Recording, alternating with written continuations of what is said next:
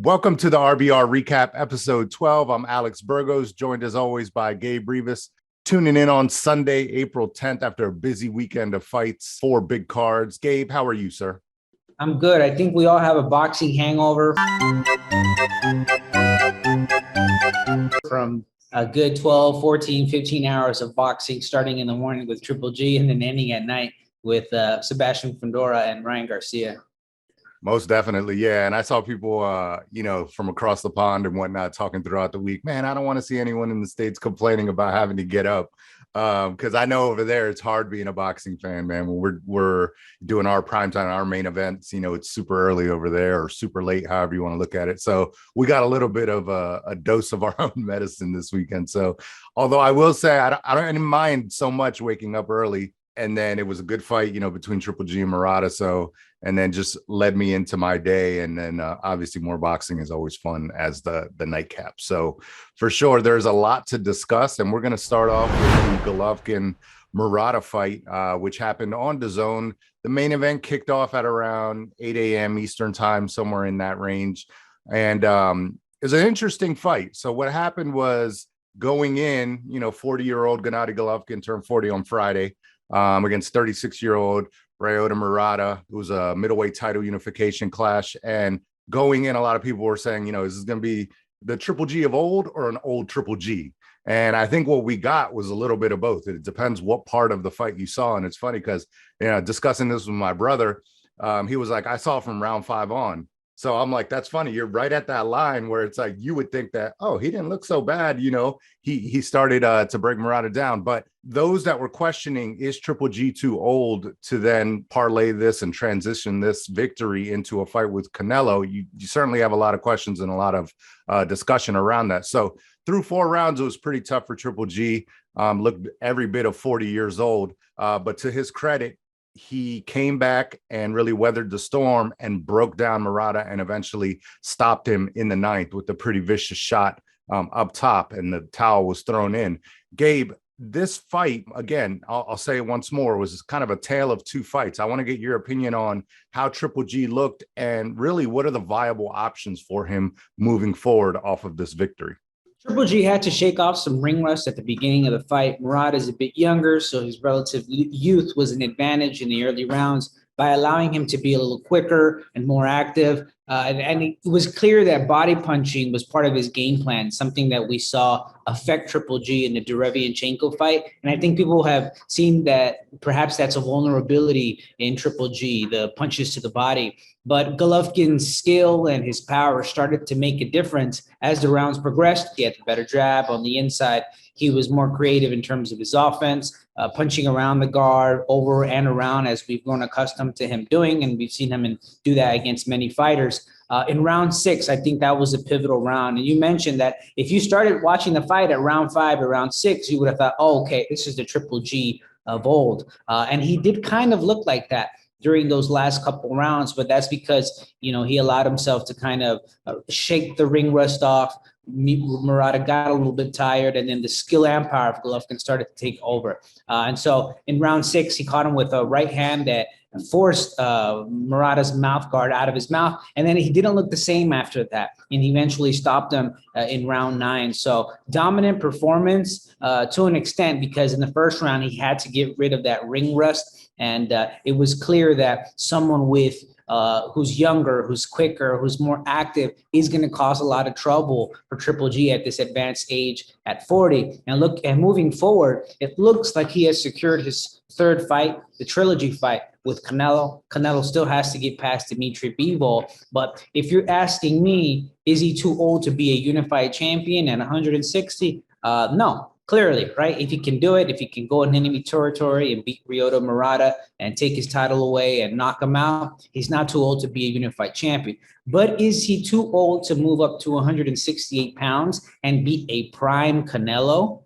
who's younger, quicker, faster, perhaps a lot more technical in terms of his offense? Then perhaps the answer is yes, he might be too old. Then I think the consensus going into the fight is that despite his iron chin, despite being a great fighter, we might see him get stopped in this fight with Canelo at 168 pounds. Yeah, I wrote down a couple of things that you said. The ring rust was one thing that a lot of people were mentioning, and you know me over the years, I've been always been a big Triple G guy. Just seeing him perform against MURATA is just, I think not only the ring rust, obviously there was a little bit of that, but age catches up with us. Father Time, as they say, is undefeated, and it's not a knock against him. He's just old, and the style of fighting that he's made a living off of his whole career has been, I'll take three to give you one, and my one is going to hurt more than your three.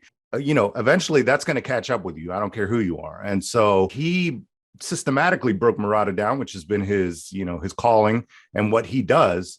But MURATA also, there was not enough made, I think, because they're hyping up the storyline of, Triple G hasn't been in the ring since 2020, December of 2020. MURATA hadn't been in the ring since December of 2019, a full year longer than Triple G. And he's no spring chicken either. 36 years of age. What he did, I thought his game plan was very intelligent. Like you said, focus on the body.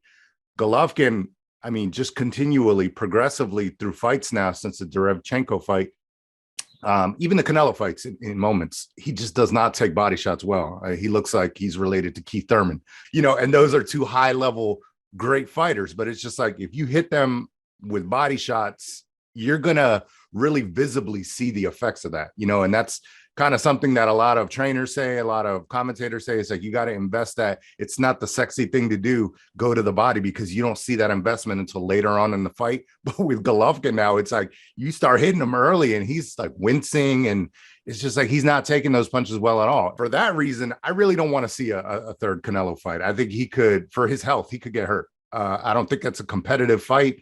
And I would much rather see him get in the ring and try to unify. Again, an incredible feat would be becoming undisputed at 160. You got Jermall Charlo and Demetrius Andrade. Those are huge fights. If Andrade decides to come back down and stay at 160, if they can make those fights, at least one of those fights, the Andrade fight is a matchroom fight. I would much rather see him face one of those guys than kind of, draw up the kind of pretend drama. And we've already heard two different sides of the story. Canelo's kind of drawing the storyline up saying, oh, it's personal, it's this and that. And Golovkin's like, for me, it's not personal. If it was personal, we would have fought right after that second one. I think for his career and for his own health, he should probably look forward and look towards another fight. Yeah, and it's not the same fight. It's not the same. There's not the same interest as there was in 2017, where these guys were on Sports Center doing interviews and stuff like that. Even the 2018 fight wasn't as interesting going into it in terms of promotion as the 2017 fight. So a few years down the line, everything's different. Canelo's at a different level right now, and he is the big star, and he's, I think, the pound for pound king of boxing. Also on Saturday, we had a top-ranked card on ESPN headlined by champion Michaela Mayer against former world champion Jennifer Hahn. Mayer dominated and took a unanimous decision by scores of 100-90 twice and 99-91, retaining her WBO and IBF junior lightweight titles in the process. Now, Gabe, you were there. Mayer, coming off of her title victory where she unified against Amadouche, kind of had this homecoming and really performed well. She bloodied Hahn up in the fourth, I believe, and almost had her out in the eighth or ninth, around there. And so she really did what she needed to do, a totally different style of fight than her last fight, where she really won a lot of fans going toe to toe and showed that she can, fight that phone booth fight and really excite fans. But she's got technical skills. She's an Olympian and works with legendary coach Al Mitchell. So she's got a lot going for her right now. Again, she was successful by one-sided victory last night. What were your thoughts being there in person of Mayer's performance, and kind of what should be next or what's on the horizon for her? It was a dominant performance by Michaela Mayer at the Hangar, the OC Event Center in Costa Mesa, California. Very fun event put by Top Rank Boxing. She was very aggressive, even though she didn't have to be so. She could have easily worked off the jab and used long punches the entire night. But to her credit, like she did in her previous fight, she pushed the action. She dominated the fight at the expense of receiving punches.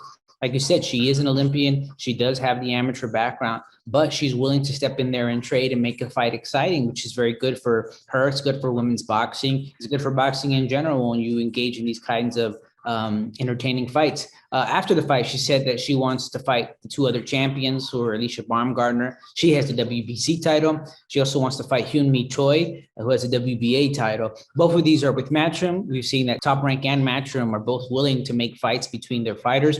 In promotional boundaries. That would be an interesting potential fight to make against either of the champions. She wants to be undisputed champion at 130 pounds, but she also said that if those fights can't be made in the near future, she's willing to challenge the winner of Katie Taylor versus Amanda Serrano, which would also be a very historic fight in women's boxing. So like you said, she's in a really good spot. She's very marketable. She has skill, but she knows how to be exciting. And there are potential historic fights in her path.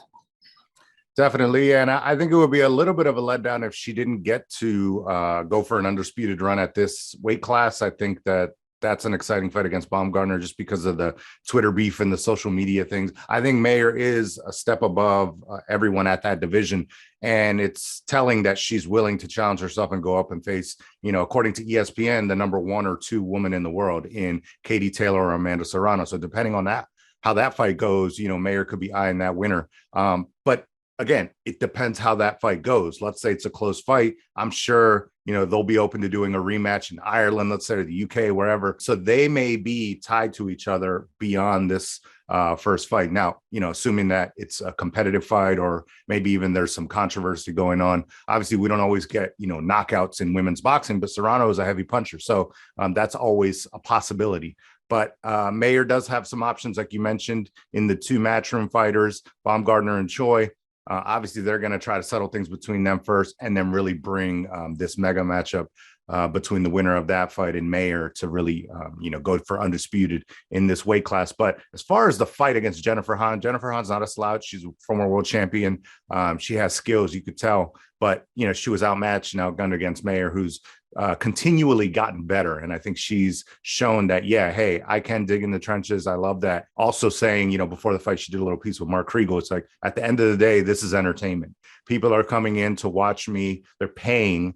I'm going to try to do my best, not only to just, box on the outside and, use my stick and control things, but if I want, I'll go in there and bang a little bit, and I may take some to give some. That is a very marketable, thing to say, and her personality goes a long way. Hopefully she gets the headline a couple more bouts, because as we're saying, Matchroom may be tied up a little bit with their fighters, and who knows how long that's going to go on. So hopefully for Mayer's sake, she stays busy. And then after this, we'll see what happens, whether she stays at this weight class or moves up.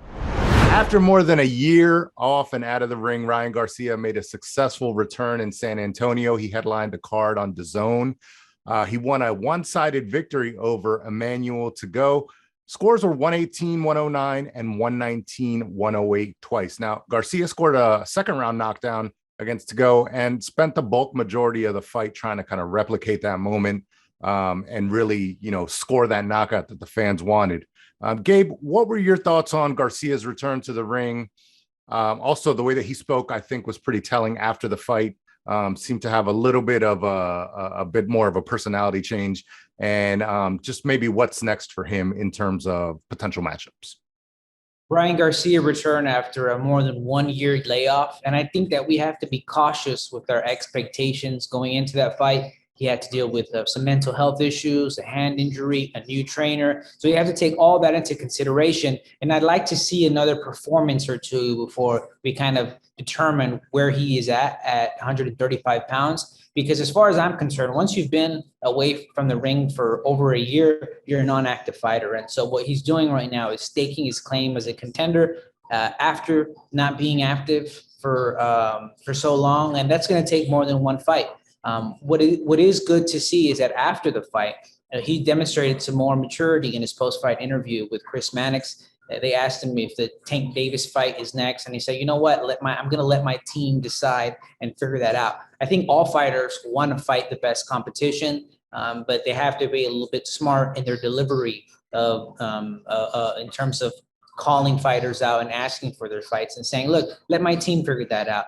Because it does bother fans when you're constantly calling out all these fighters and it doesn't happen. Ryan Garcia admitted as much in his post-fight interview. And so he's learned to be a little bit more diplomatic and let it progress naturally. And in his own words, when we fight, we fight. And I think doing things like that, being more diplomatic, saying that my team is going to handle it rather than calling people out, is going to earn some more fans Because what I think fans want to see is to say, hey, you know, we're seeing that perhaps you're not ready, and now you're seeing it too, and you're admitting as much and being mature about it and letting things happen naturally instead of calling people out.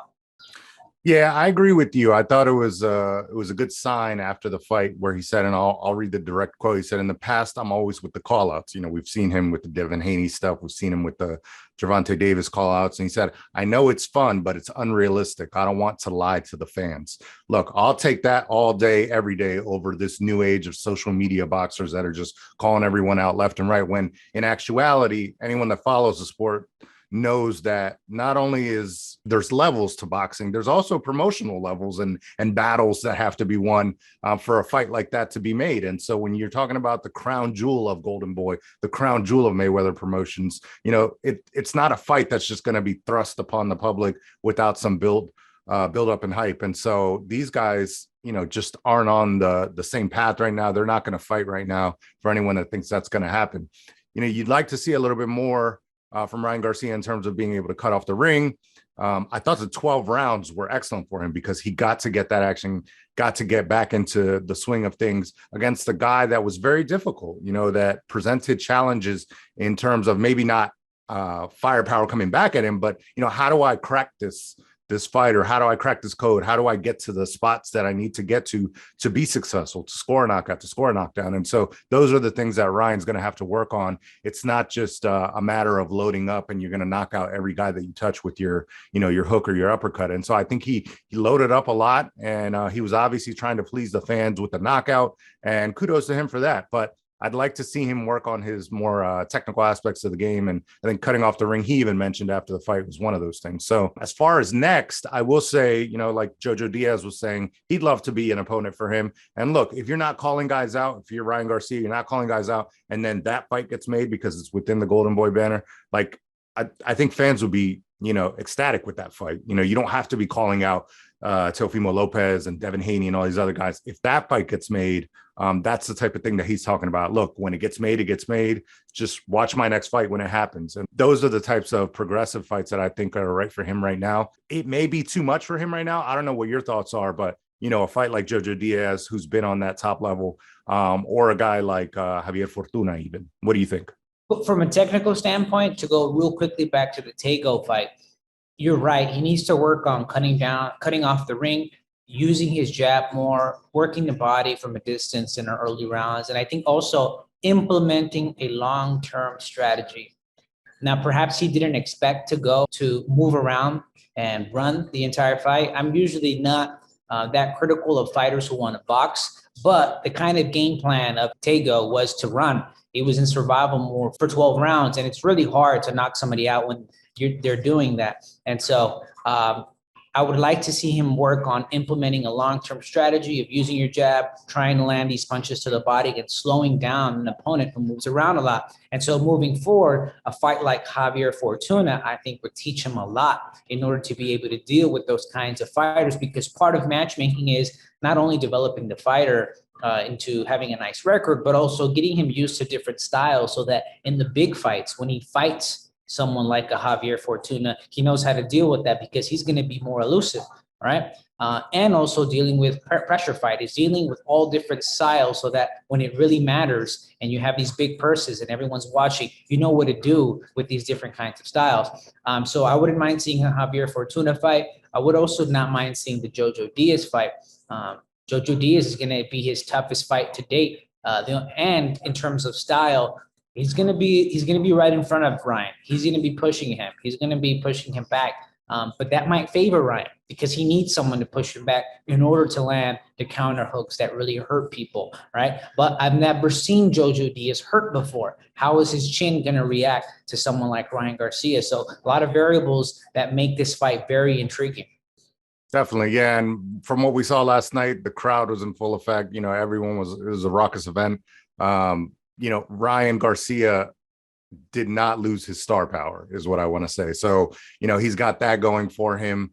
It's always been a case where, you know, online, you know, boxing fans, find him an easy target to say, oh, well, you do, this, and that on social media, but we want to see you fight the guys. He's still going to do his social media thing. He's still going to be this larger than life presence outside of the ring because he's just a popular guy. He's that, that type of fighter and that type of personality, and good for him. Hopefully he continues to progress because a lot of these guys, his contemporaries that we're mentioning, they're young. So there's going to be that possibility and that chance, even if it's not this year or next year, that these mega fights will happen down the road. Lastly, on Saturday night, we had an exhilarating matchup between Eriksen, Lubin, and Sebastian Fundora. This fight took the cake for the day and could end up being in the conversation for fight of the year. It had a little bit of everything. Round of the year, round 7 was a classic.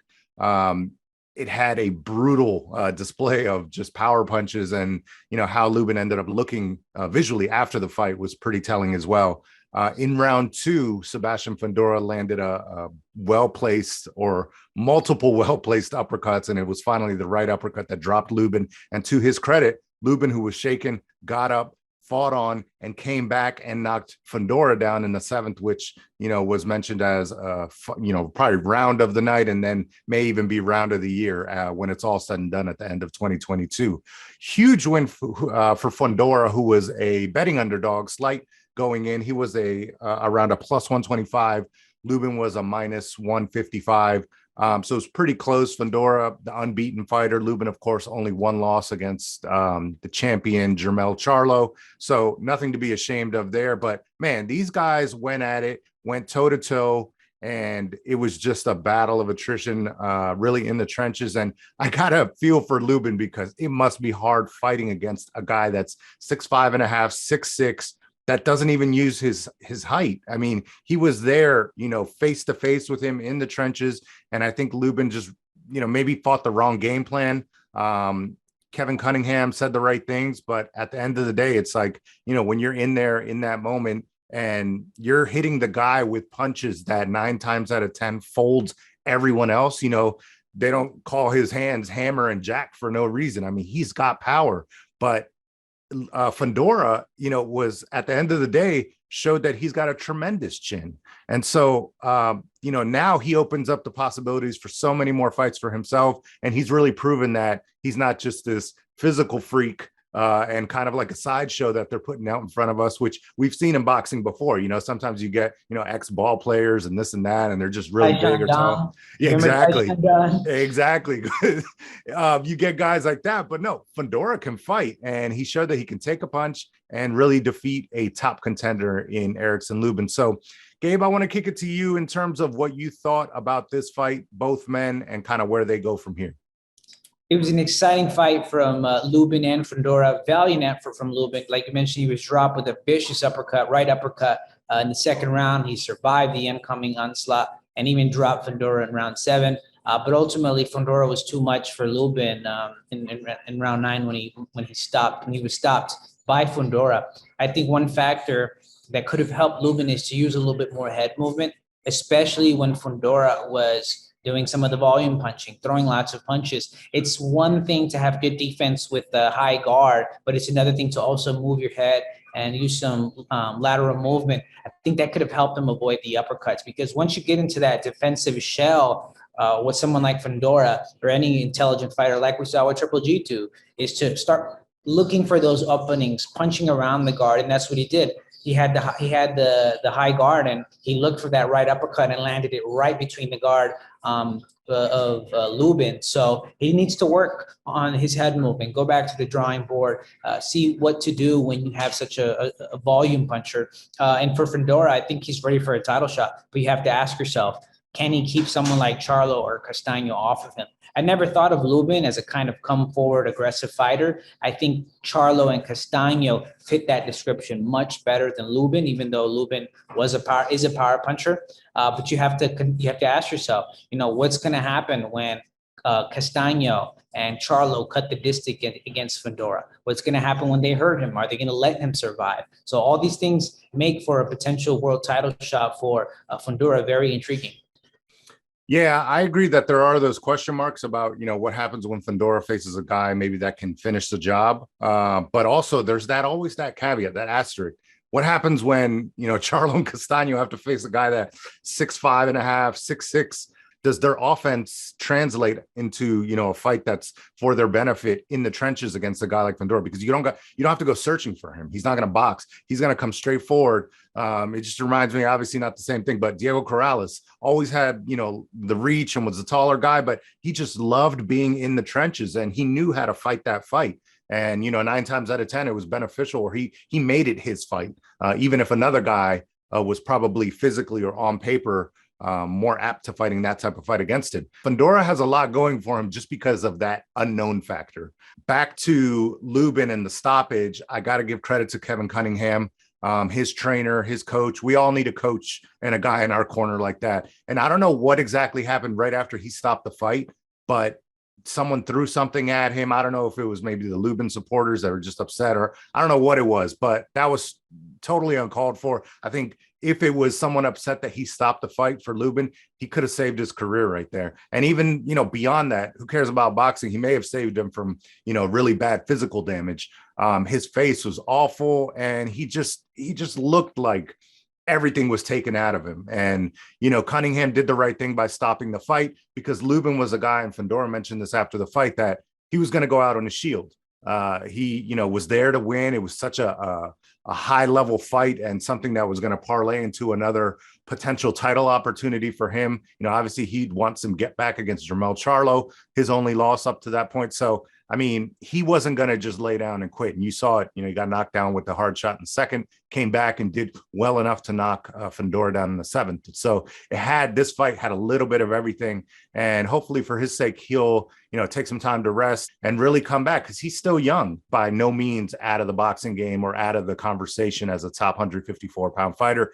He just, lost to the better man last night. And so now things get interesting with Fundora. Again, I go back to the height, man. He's just this specimen. And so he's really going to shake things up. And when they asked him who he thinks is going to win that Charlo Castaño fight, he picked Charlo.